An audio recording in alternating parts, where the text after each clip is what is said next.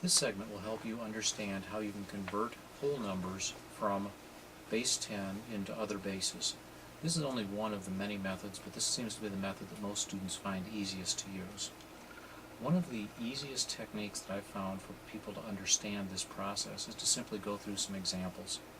We're going to look first at taking 12 base 10 and converting it into base 2. And the process that we're going to use is by doing repeated divisions.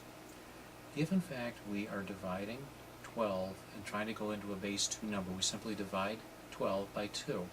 We get 6 with a remainder of 0 as shown. We then look at the 6. We again divide that by 2, ending up with 3 with a remainder of 0. And we then divide 3 by 2, again going in one time, remainder of 1. And then the final division, dividing 1 by 2, goes in 0 times with a remainder of 0. It is important to track the remainders because it's the remainder that actually gives you the converted number. In this case, one of the few points of confusion in this process is remembering that the first remainder that develops in this process is the least significant number, the least significant bit in the number. So again, if we look at the conversion of 12 base 10 into a base 2 number, we would end up with 1100 as the converted base 2 number as shown on the screen. If we'd like to try to convert from a base 10 number to a base 8 number, or octal conversion, we would expect all of the digits that we get in this process to be between 0 and 7. And again, it's the same division process.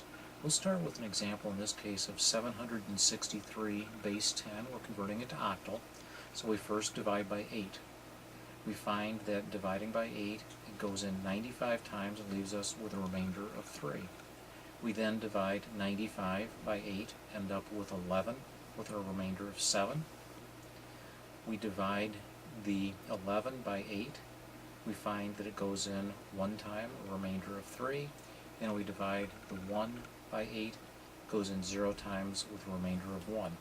And again, as is shown, the resulting answer is 1373 in base 8 or octal. Or said another way, 763 base 10 is 1373 in octal.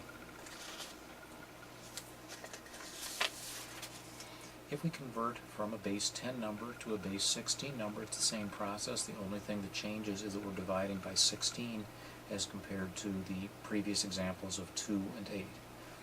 The number that I chose for this example was 753 base 10 to be converted into a hexadecimal number. 753 divided by 16 gives me 47 with a remainder of 1.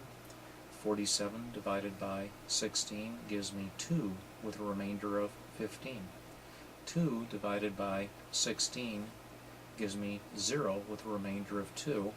And then reconstructing the answer as we've done previously, the remainder of 1 is the least significant, F or 15 is the next position, and 2, or the most significant, would be the resulting answer. So 2F1 base 16 is equivalent to 753 base 10. Again, I would encourage you to try some of the examples provided, and if you have any questions, please feel free to ask. Thank you.